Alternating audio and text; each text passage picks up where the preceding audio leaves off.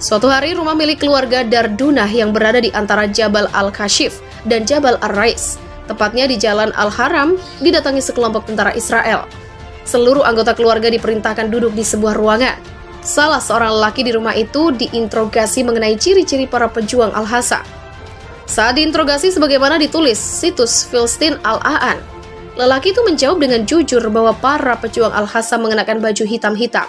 Namun tentara Israel malah marah-marah dan memukulnya hingga pingsan. Selama 3 hari berturut-turut, lelaki itu menjawab bahwa para pejuang Al-Hasa berseragam hitam. Akhirnya tentara itu naik pitam dan mengatakan dengan keras, "Wahai pembohong, mereka itu berseragam putih." So, tentara Israel bukan mendapat perlawanan dari para pejuang Al-Hasam yang berseragam hitam-hitam. Jadi ada pasukan lain yang berseragam putih, yang berhasil memukul mundur tentara Israel. Kisah serupa juga disampaikan penduduk Palestina melalui situs milik Brigade Izzuddin Al-Hassam, Multaha Al-Hassami. Awalnya sebuah ambulan diberhentikan sekelompok pasukan Israel. Si sopir lantas ditanya apakah ia berasal dari kelompok Hamas atau Fatah.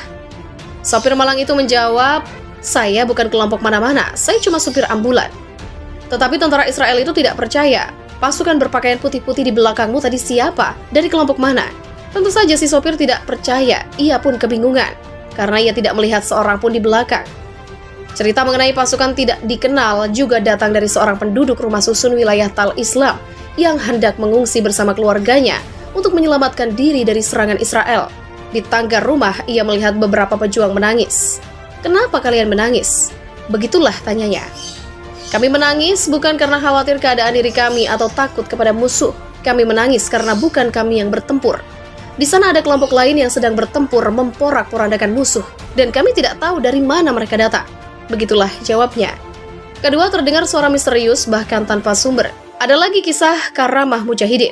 Bahkan hal ini pernah disebutkan khotib Masjid Izzuddin Al-Hassam di wilayah Nashirat Gaza, serta pernah didatangkan TV channel Al-Quds.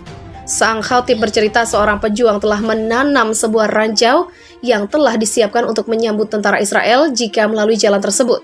Akhirnya sang pejuang memutuskan kembali ke markas karena mengira ranjau tidak akan bekerja optimal. Maklum, jumlah musuh sangat banyak. Sebelum beranjak meninggalkan lokasi, pejuang itu mendengar suara "Utsbut, sahabat Allah", yang maknanya kurang lebih, "Tetaplah di tempatmu, maka Allah menguatkanmu." Ucapan itu didengarnya berulang-ulang sebanyak 3 kali. Akhirnya, sang mujahid memutuskan tetap berada di lokasi, dan ketika tank melewati ranjau yang telah ia tanam, terjadilah keajaiban. Ranjau itu meledak sangat dahsyat. Tank yang berada di dekatnya langsung hancur. Banyak serdadu Israel meninggal seketika, sebagian dari mereka diangkut helikopter.